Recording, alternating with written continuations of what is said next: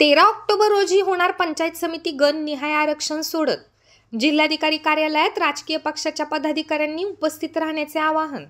राज्यात होऊ घातलेल्या आगामी स्थानिक स्वराज्य संस्था निवडणुकीच्या अनुषंगाने नगरपालिका नगराध्यक्ष आणि प्रभाग निहाय आरक्षण जाहीर झाल्यानंतर 13 ऑक्टोबर रोजी पंचायत समिती गणनिहाय आरक्षण जाहीर होणार आहे।